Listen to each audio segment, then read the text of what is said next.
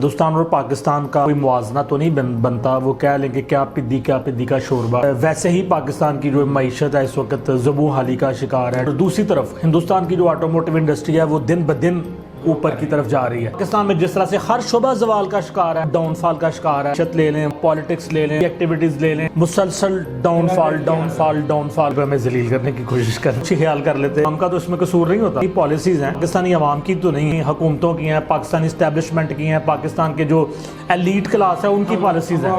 हम अवाम का क्या कसूर है?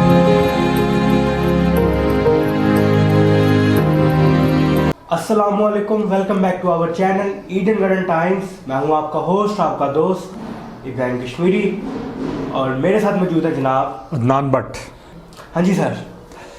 जी, हस्बे रवायत अपने चाहने वालों को, मोहब्बत करने वालों को, अपने तमाम सब्सक्राइबर्स को, वो हिंदुस्तान से हैं या पाकिस्तान से हैं या दुनिया के किसी भी हिस्से से हैं, उन सबको नमस्ते, सत श्री अकाल, गुड मॉर्निंग और अस्सलामु अलैकुम रहमतुल्लाहि व बरकातहू। जी तो सर, आज आप कौन सी वीडियो लेके आ रहे हैं हमारे देखने वाले हैं जो इब्राहिम, हमने लास्ट वो मोटर बाइक कंपैरिजन की वीडियो बनाई। हाँ, तो फिर हमने सोचा कि जो ऑटोमोटिव इंडस्ट्री है हिंदुस्तान और पाकिस्तान की, उसका कुछ इंफॉर्मेशन जो है वो अपने दोस्तों के साथ शेयर की जाए। जी, जी।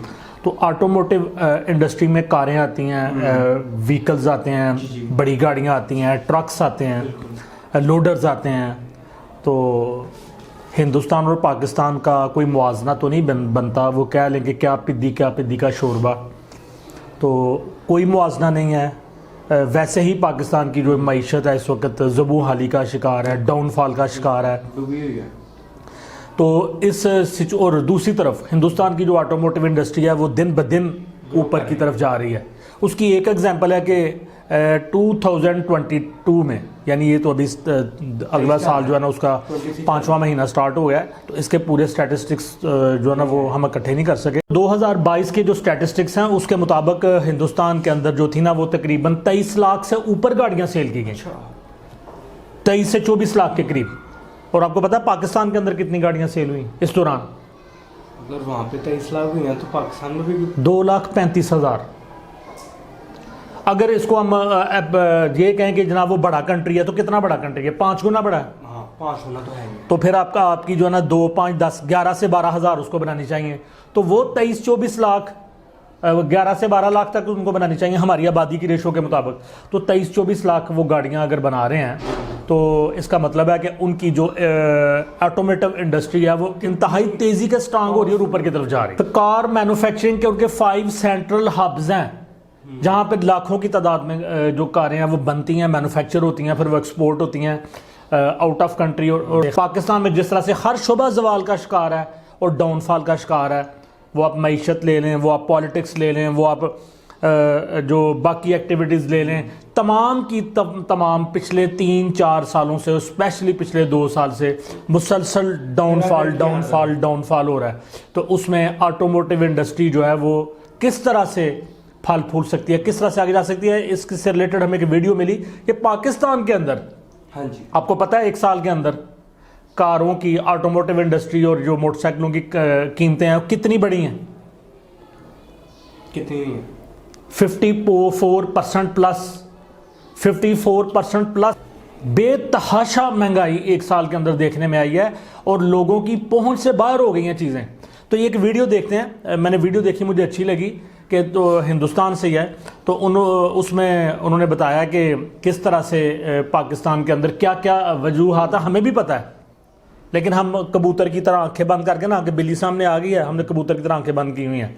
तो वीडियो देखते हैं और वीडियो के साथ साथ हम रिएक्शन देते हैं। तो जनाब ये वीडियो है प्रकाश गुप्ता की और चैनल है इनका बाई टर्बो मीडिया, इसको हमने सब्सक्राइब कर दिया है और इनकी वीडियो को हम यूज़ करेंगे और इसके ऊपर हम रिएक्शन देंगे। आपसे गुजारिश है कि प्रकाश गुप्ता के इस चैनल बाई टर्बो मीडिया को ज़रूर सब्सक्राइब करें, बड़ी अच्छी वीडियोज़ ये बनाते हैं। तो स्टार्ट करें फिर? जी सर। नहीं, 1 2 3 एंड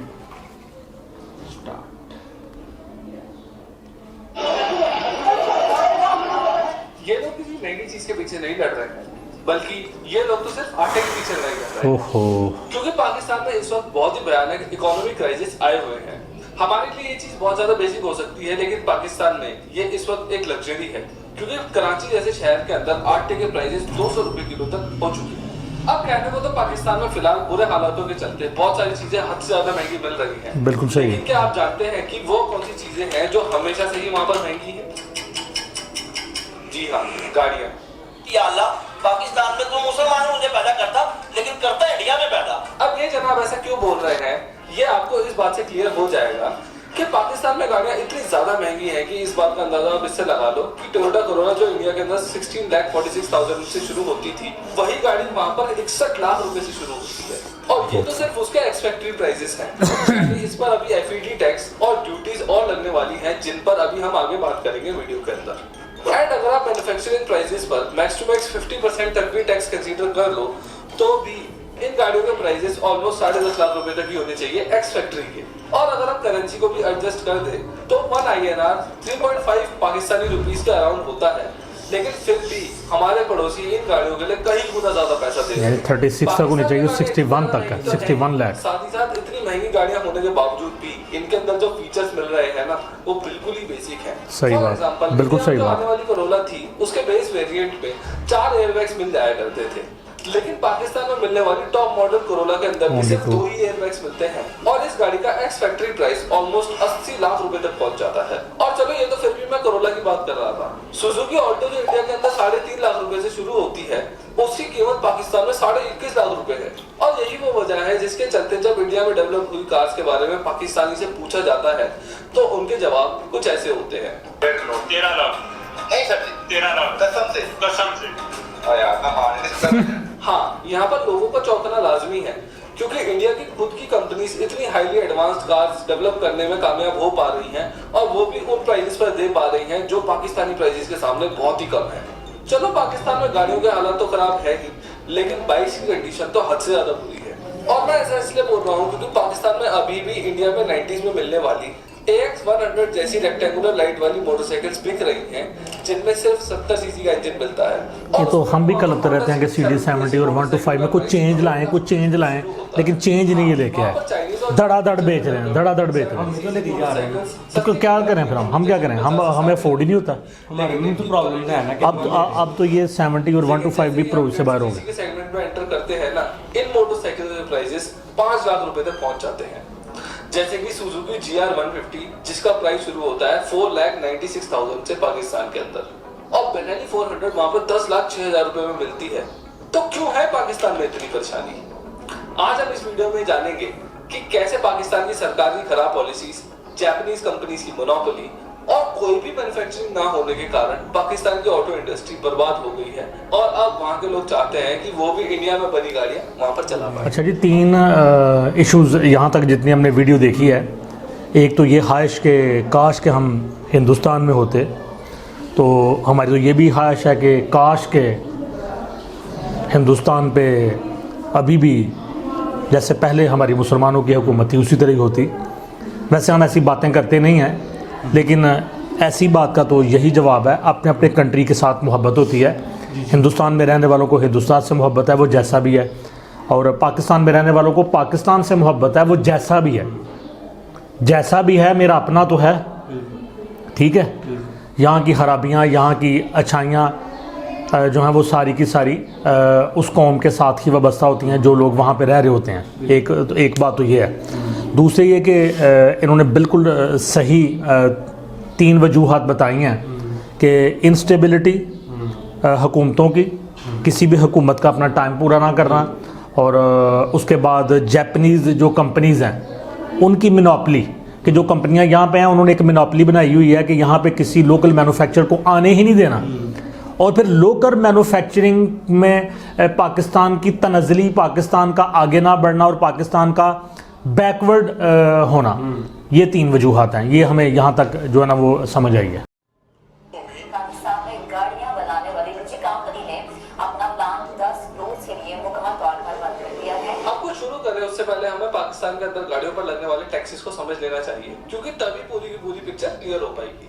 पाकिस्तान में बनने वाली कार्स पर फॉरेन से इंपोर्ट होने वाली गाड़ियों के मुकाबले टैक्सेस काफी कम लगते हैं। यहाँ पर फॉरेन से इंपोर्ट होने वाली गाड़ियों पर सीधा ड्यूटी लगती है जो कि 800 सीसी की कार्स पर 13.5 लाख रुपए तक है और ड्यूटी 13.5 लाख गाड़ियों पर ये 80 लाख रुपए तक है। लेकिन लोकली असेंबल्ड कार्स पर पाकिस्तान में दो तरीके के मेन टैक्सेस लगते हैं, जिसमें पहला है फेडरल एक्साइज ड्यूटी और दूसरा है sales tax. Sales tax locally बनी हुई गाड़ियों पर 12.5% ही लगता है और FD की बात करें अगर हम तो वो 1000 सीसी की गाड़ियों पर तो 0% है, लेकिन अगर कंप्लीटली बिल्ट यूनिट आ रही है तो वो 40% तक लगता है। अब इन मेन टैक्सेस के अलावा भी कुछ टैक्सेस हैं जो वहाँ पर लगते हैं गाड़ियों पर, जैसे कि एक तो लगता है इनकम टैक्स गाड़ी खरीदते टाइम, एक लगता है token tax, professional tax, withholding tax और मोटर टैक्स। ये सभी टैक्सेस मिलकर ही 15 से 20 हजार रुपए तक ही होते हैं और ये ज्यादातर इंजन की कैपेसिटी पर डिपेंड करते हैं कि इस रेंज के अंदर ये कितने रहने वाले हैं। अब ये जितने भी टैक्सेस है ना, ये एक्स फैक्ट्री प्राइसेस के ऊपर लगते हैं, यानी कि जैसे इंडिया के अंदर एक्स शोरूम प्राइसेस के ऊपर टैक्सेस जो लगते हैं, वैसे ही वहाँ पर एक्स फैक्ट्री प्राइसेस के ऊपर ये टैक्सेस लगते हैं। और अगर हम उस हिसाब से देखें तो जहाँ ऑल्टो जैसी गाड़ी की कीमत 21 लाख रुपए एक्स फैक्ट्री है,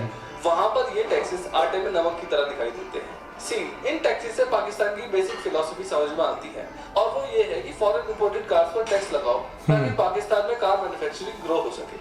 और देखा जाए तो सेम इसी तरीके की policies and philosophy Indian government ने भी अपनाई थी और इसीलिए एक नजर में पाकिस्तान की इन पॉलिसीज के अंदर कुछ भी खराब नहीं दिखाई देता है, लेकिन ऐसा है नहीं, क्योंकि पाकिस्तान की ऑटोमोबाइल इंडस्ट्री की हालत कितनी ज्यादा खस्ता है इस बात का अंदाजा आप इस चीज से लगा लो कि international organisation of motor vehicle manufacturers cars, light commercial vehicles, trucks और कोचेस बनाने के मामले में पाकिस्तान की रैंक ईरान जैसी कंट्री से भी नीचे रखते हैं। हाँ, वही ईरान जहाँ पर यूएसए के अंधाधुंध सैंक्शंस लगे हुए हैं और तो और पाकिस्तान उज्बेकिस्तान हम इंडिपेंडेंट हर चीज के आसपास आती है, वो देश जिसमें आबादी हद से ज्यादा कम है। पाकिस्तान की कार मार्केट कितनी छोटी है इस बात का अंदाजा आप इस बात से लगा लो कि 2021 में वहां पर सिर्फ 1,81,000 कार्स ही मैन्युफैक्चर की गई थी, लेकिन इसी साल इंडिया के अंदर 30,82,000 गाड़ियां बनाई गई थी। अरे ये तो छोड़ो, किया जैसी कंपनी जो इंडिया के अंदर 5th रैंक पर आती गाड़ियां बेचने के मामले में, उससे भी 2.5 लाख गाड़ियां बेच दी थी इस साल, जो कि पाकिस्तान देश की पूरी कार मैन्युफैक्चरिंग से भी ज्यादा है। अब पाकिस्तान की हालत इतनी ज्यादा खराब क्यों है, उसके पीछे 3 मेजर पॉइंट्स हैं और उसमें भी जो सबसे पहला पॉइंट है ना, वो है लैक ऑफ पॉलिसीज। और इसे समझने के लिए हमें पाकिस्तान की पॉलिसीज को इंडिया से कंपेयर करते हुए समझना होगा कि पाकिस्तान ने कहां पर गड़बड़ करी है। तो चलो शुरू से शुरुआत करते हैं। आजादी के बाद दोनों ही देशों के अंदर कार मैन्युफैक्चरिंग ना के बराबर हुआ करती थी और बहुत लंबे समय तक सब कुछ ऐसा ही रहा, लेकिन 80 में पाकिस्तान और इंडिया दोनों ही देशों में पार्शियल लिबरलाइजेशन शुरू हुआ, यानी कि बाहर की कंपनीज भी इन देशों के अंदर अब जॉइंट वेंचर्स बना सकती थी और 80 तक सेम चलता रहा। और 1983 में पाक सुजुकी ने पाकिस्तान के अंदर असेंबली ऑपरेशन शुरू कर दिए थे और इससे लॉन्च हुई थी सुजुकी मेहरान,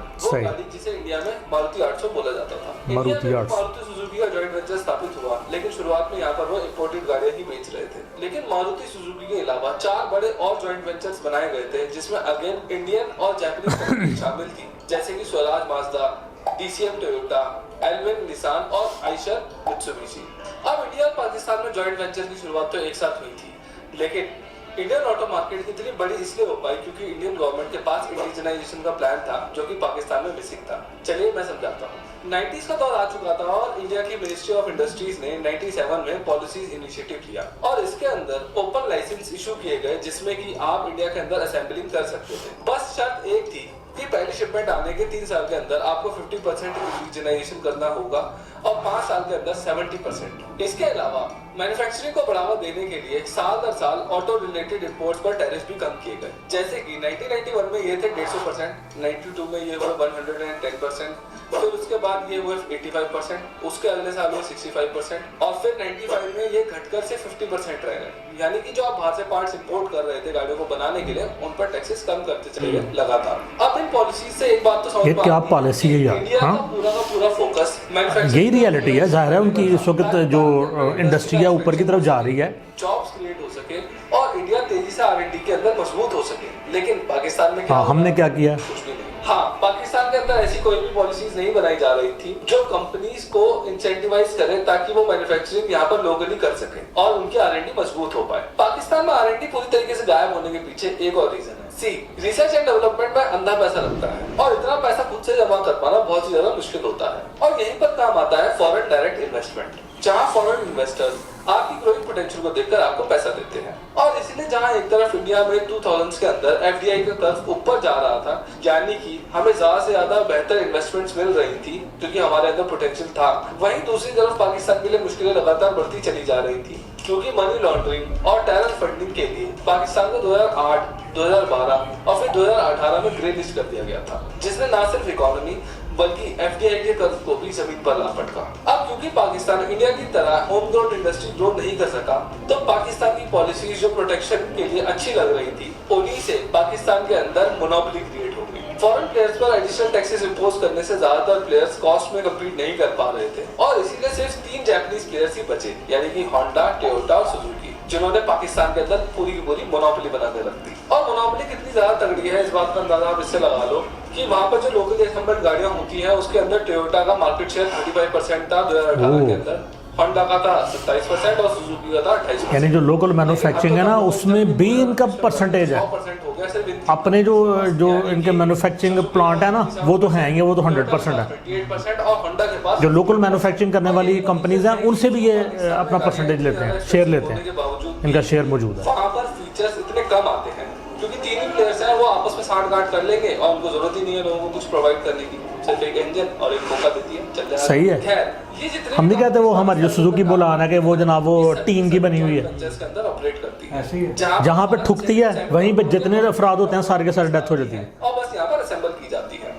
और एक तरीके से देखा जाए ना तो ये सिर्फ एक नाम की मैन्युफैक्चरिंग होती है, क्योंकि पूरे पार्ट्स तो बाहर बने हैं, यानी कि इंजन ब्लॉक बाहर मोल्ड किया गया है, सब कुछ बाहर बना है, बस यहाँ पर लाकर उनको असेंबल किया गया है। एंड एक्चुअली ये कुछ इस तरीके से हो गया जैसे कि छोटे बच्चे अपने लेगो पीसीस को जोड़कर अपना खिलौना बनाते हैं। अब एक चीज तो बिल्कुल क्लियर है और वो ये कि पाकिस्तान की गवर्नमेंट अब इसमें कुछ नहीं कर सकती है क्योंकि उन्होंने बहुत ज्यादा लेट कर दिया है। और इसका एग्जांपल आप फिर से इंडिया से ले सकते हैं। इंडिया के अंदर 5 बड़े मैन्युफैक्चरिंग क्लस्टर्स हैं, जिसमें कि मानेसर नॉर्थ में आता है, पुणे वेस्ट में, चेन्नई साउथ में, जमशेदपुर कोलकाता ईस्ट में और इंदौर सेंटर में। पूरी कंट्री के अंदर उन्होंने मुख्तलिफ जगहों पे ऊपर ये हब्स बनाए, प्लांट्स हैं जिनमें कि cars, commercial vehicles, 2 wheelers and 3 wheelers ground up बनाए जाते हैं। यानी मैन्युफैक्चरिंग हो रही है के अंदर इस स्केल पर कुछ भी एग्जिस्ट नहीं करता है और यहाँ पे सिर्फ असेंबलिंग हो रही है। जो कि 3 बड़े जॉइंट वेंचर्स में ऑपरेट करते हैं, जैसे कि पार्क सुजुकी जो कि एक पाकिस्तानी कंपनी और सुजुकी मोटर्स से मिलकर बना है, इंडस मोटर्स कंपनी जो कि टोयोटा और एक हाउस ऑफ हबीब नाम के पाकिस्तानी कंपनी के साथ मिलकर बना है,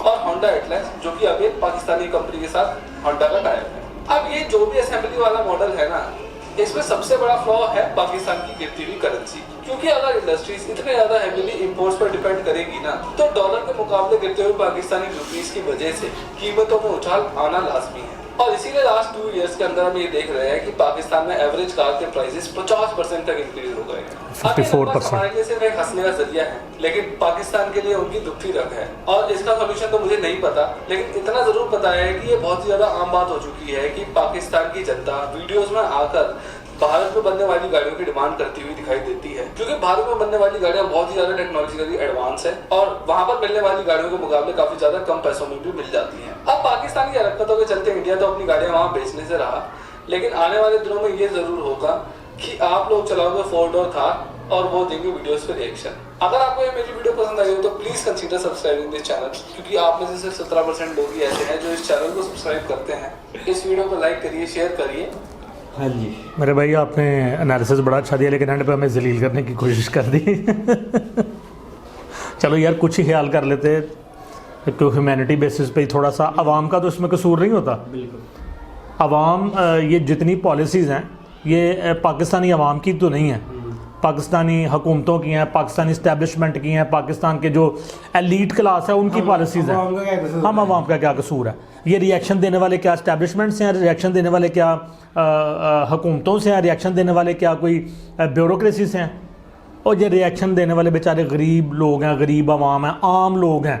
तो यार आप भी आम शख्स हो, आपको थोड़ा सा तो कुछ ख्याल करना चाहिए था कि आपने एंड पे, बिल्कुल एंड पे जलील किया तो अवाम को ही किया। अवाम सारी सांझी होती है, वो हिंदुस्तानी अवाम हो या पाकिस्तानी अवाम हो, ये एक जैसी होती है। इनकी ख्वाहिशात, इनकी डिमांड, इनकी प्रॉब्लम्स, इनके मसाइल, इनके इश्यूज़ ख़ास तौर पे हिंदुस्तान पाकिस्तान में सब एक जैसे हैं। As it is same to same। हाँ, बदकिस्मती से अगर हमारी हुकूमतें यहाँ पे वर्क नहीं कर रही, यहाँ पे करप्शन ज़्यादा है, यहाँ पे इंस्टेबिलिटी है, तो ये बदकिस्मती है कि पाकिस्तान, और इस वक्त हम मजबूर हैं आपकी बातें सुनने के लिए, आप जो कुछ कह रहे हैं वो बिल्कुल रियलिटी पे मबनी कह रहे हैं, लेकिन आपका रिएक्शन बहुत सुपर था, बहुत सॉरी रिएक्शन नहीं, आपकी वीडियो बहुत अच्छी थी, आपका एनालिसिस बहुत अच्छा था, लेकिन एंड आपने थोड़ा सा। अच्छा सर, हसबैर आए तो हम हर रिएक्शन के बाद तफसील पे जाते हैं, दिल तो नहीं कर रहा। दिल क्या करना है, मैंने स्टार्ट में कहा था कि ऑटोमोटिव इंडस्ट्री पाकिस्तान और हिंदुस्तान का कोई कंपैरिजन नहीं है। पाकिस्तान के जो इस वक्त हालात हैं, जो इस वक्त मईशत की कंडीशन है, इसमें कंपैरिजन बनता ही नहीं है। हमारा रूल इस तरह के हाँ, लेकिन चूंकि हमने प्लान करके ये वीडियो निकाली है, और सिर्फ और ये एक करेक्टिव पॉइंट ऑफ व्यू से कि शायद इन रिएक्शंस को हमारे अरबाब इख्तियार भी देखें और थोड़ा सा कोई शर्मिंदगी महसूस कर सकें कि पाकिस्तान के अंदर जो हालत बाकी मईशत की है, तो गाड़ी जो है वो आम बंदे की, कार जो है, बल्कि मोटरसाइकिल आम बंदे की पहुंच से बाहर हो गई है। तो जैसे कि 23 लाख के करीब 2022 में 23-24 लाख के करीब यूनिट्स हिंदुस्तान में सेल हुए और पाकिस्तान के अंदर सिर्फ 2 लाख प्लस। तो आप इसी से इन दोनों के कंपैरिजन आप कर सकते हैं। तो हिंदुस्तान का जो जीडीपी है उसमें इनकी जो ऑटोमोटिव इंडस्ट्री है, इसका जो परसेंटेज है वो 7.5% है। पाकिस्तान का 3% है, आधे से भी कम है। और उसके बाद मिलियंस ऑफ एम्प्लॉयज़ हैं हिंदुस्तान की ऑटोमोटिव इंडस्ट्री में, मिलियंस ऑफ एम्प्लॉयज़ हैं, और पाकिस्तान में टोटल 4 मिलियन लोग इस इंडस्ट्री के साथ वाबस्ता हैं, कुछ भी नहीं। और उसके बाद मज़ीद ये कि $100 बिलियन वर्थ है इस वक्त ऑटोमोटिव इंडस्ट्री की हिंदुस्तान की, और 8% ये कंट्री का टोटल एक्सपोर्ट, जो कंट्री से टोटल एक्सपोर्ट बाहर के मुल्कों में होती है ना, उसमें 8% कार मैन्युफैक्चरिंग से होती है। दुनिया के बेशुमार कंट्रीज़ के अंदर इनकी लोकल बनी हुई जो गाड़ियाँ हैं वो एक्सपोर्ट होती हैं। और बात 3rd लार्जेस्ट ये कार मैन्युफैक्चरिंग कंट्री है, 3rd largest Hindustan, 3rd largest car manufacturing country है। और पाकिस्तान किस नंबर पे है? 35th लार्जेस्ट, 35वें नंबर पे है पाकिस्तान। अलमिया ये इब्राहिम, ये हंसने की बात नहीं है, अलमिया ये नहीं, मैं तो मजबूर होकर हंस रहा हूँ। और अच्छा अभी देखें वहाँ पे कितना स्कोप है, अभी भी इतनी बड़ी आबादी है, तो वहाँ पे अभी भी जो स्कोप है ना वो ये है कि 8% इंडियन ओन ऑटोमोबाइल, 100 में से सिर्फ 8 के पास गाड़ियाँ। अभी बहुत बड़ा स्कोप है, जैसे जैसे कंट्री ये ग्रो करेगा तो तादाद बढ़ती रहेगी। अभी कुछ भी नहीं है, अभी तो 8% लोगों के पास ऑटोमोबाइल, 1000 में से 22,000 में से सिर्फ 22 लोगों के पास हिंदुस्तान में ऑटोमोबाइल्स हैं। अभी इनके पास बहुत बड़ा स्कोप है। पाकिस्तान की जो इंडस्ट्री है ये बावजूद इसके कि पिछले 5, 7, 8 सालों से ये बड़ी तेज़ी से ग्रो कर रही है कार इंडस्ट्री, लेकिन ये जो खराबियाँ इस वीडियो के अंदर बताई गई हैं बिल्कुल सही हैं, बिल्कुल असली हैं कि जब मुल्क के अंदर इंस्टेबिलिटी होगी हर तरह से, तो इस तरह की जो इंडस्ट्री है वो कैसे फॉरेन जो इन्वेस्टमेंट है वो कैसे आ सकती है। और फिर जब मुकाबले पे कोई नहीं होगा, अल्टरनेटिव मैन्युफैक्चरिंग इंडस्ट्री नहीं बन रही, तो वो जो मौजूद है यहाँ पे होंडा वाले, सुजुकी वाले और वो क्या नाम है, किया वाले या दूसरे हुंडई वाले, तो वो अपनी मोनोपोली बना के तो वो तो जाहिर अपने बेनिफिट्स यहाँ से हासिल करेंगे। वो तो एक माफिया हैं और वो ऐसे कर रहे हैं कि पाकिस्तान के अंदर इन 3-4 कंपनियों की मोनोपोली है और वो मिलजुल के अपने बेनिफिट्स इकट्ठे कर रहे हैं। कोई भी लोकल मैन्युफैक्चरर आता है उसको 30-35% शेयर इनमें से किसी कंपनी को देना पड़ता है, और उसके बाद उस मैन्युफैक्चर के अपने, अच्छा वो जो बात कर रहे थे कि जो बेसिक फीचर्स हैं वही हमारी गाड़ियों में नहीं है। और हिंदुस्तान के अंदर मैं आपको बताता हूँ के बावजूद में वो चीज़ नहीं मिली। हिंदुस्तान के अंदर जो है ना वो वर्ल्ड क्लास गाड़ियाँ बनाई जा रही हैं, और पाकिस्तान के अंदर जो जितनी भी कार्स हैं वो जितनी मर्जी महंगी हैं, जितना अच्छा वेरिएंट है उनका, लेकिन उसके बावजूद उसके अंदर जो बेसिक चीज़ें हैं वो ना होने के बराबर हैं, उसकी क्वालिटी नहीं है। हिंदुस्तान की जो कारें हैं वो ड्यूरेबल हैं, वो ज़्यादा जो है ना वो एफिशिएंट है पाकिस्तानी कारों के मुकाबले में। अच्छा सर, थोड़ा सा कंपैरिजन तो कीजिएगा कि इंडिया और पाकिस्तान क्या है, व्हीकल्स वगैरह इनकी आपस में इनके रेट्स क्या हैं? रेट्स यार क्या बताने हैं, सुजुकी आल्टो की जो इस वक्त प्राइस है ना पाकिस्तान के अंदर वो 17 लाख से 22 लाख प्लस तक है, यानी इसके डिफरेंट वेरिएंट होते हैं, कलर होते हैं, तो उसकी वजह से 17 लाख से 22 लाख तक है सुजुकी। उधर जो मारुति सुजुकी 800 है उसकी जो कीमत है वो 7 लाख से लेकर 13 लाख के दरमियान है। ठीक है। जो सुजुकी वैगन आर है पाकिस्तान के अंदर, उसकी प्राइस 24 लाख से 28 लाख के दरमियान है मोस्टली वेरिएंट्स जी। और सुजुकी कल्टस 27 लाख से 33 लाख के दरमियान, सुजुकी स्विफ्ट 32 लाख से 37 लाख के दरमियान, सुजुकी एपीवी जो कभी आज से 8-10 साल पहले 12 लाख की मिलती थी, अब 63 लाख की है। और सुजुकी बोलान, जिसको यहाँ पे डब्बा कहते हैं, कैरी डब्बा, वो मुझे इस तरह याद है, मैंने 15 लाख का है वो, 7-8 साल पहले परचेज किया। 8 लाख का लिया था, 7 लाख का, तब भी काफ़ी कीमती था, कब बड़ा महंगा था, बड़ा मुश्किल लिया था हमने। 15 लाख का। टोयोटा में आ जाए तो टोयोटा यारिस 35 लाख प्लस से 43 लाख तक। उसके बाद टोयोटा रश 56 लाख से 58 लाख तक। टोयोटा करोला एक्स 49 लाख से 57 लाख तक इसकी प्राइसेस हैं। Toyota Corolla cross 1 crore 23 lakh से 1 करोड़ 34 लाख तक इसकी। हाँ, एक और गाड़ी जो बड़ी यहाँ पे मकबूल है car, Toyota Fortuner 1 crore 15 lakh से 1 करोड़ 47 लाख तक इसकी प्राइसेस है। 1.5 करोड़ की कार, ये कार है।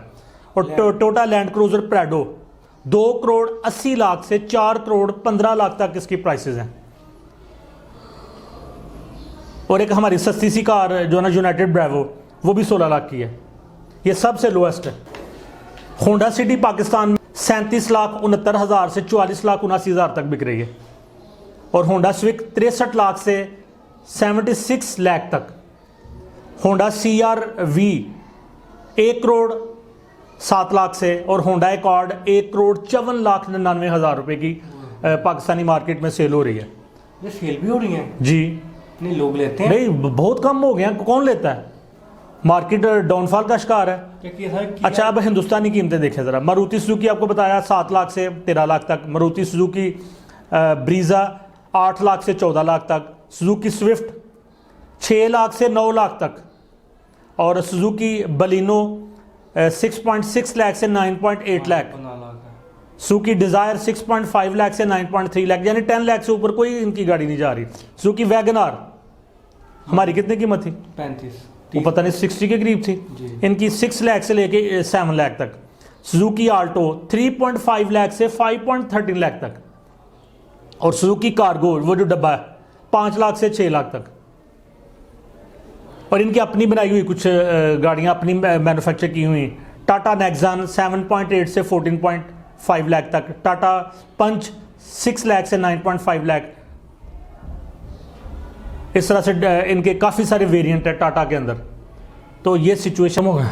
सर सीरियस बात है, इस टाइम जो मेरे रेट्स के आपने जो दे रहे हैं ना, आप रिव्यूज़ दे रहे हैं, मेरा इस टाइम दिमाग हिला हुआ फुल। नहीं, दिमाग हिलने की ज़रूरत नहीं है। अल्लाह ताला इसको बंद कर दो। जी बिल्कुल।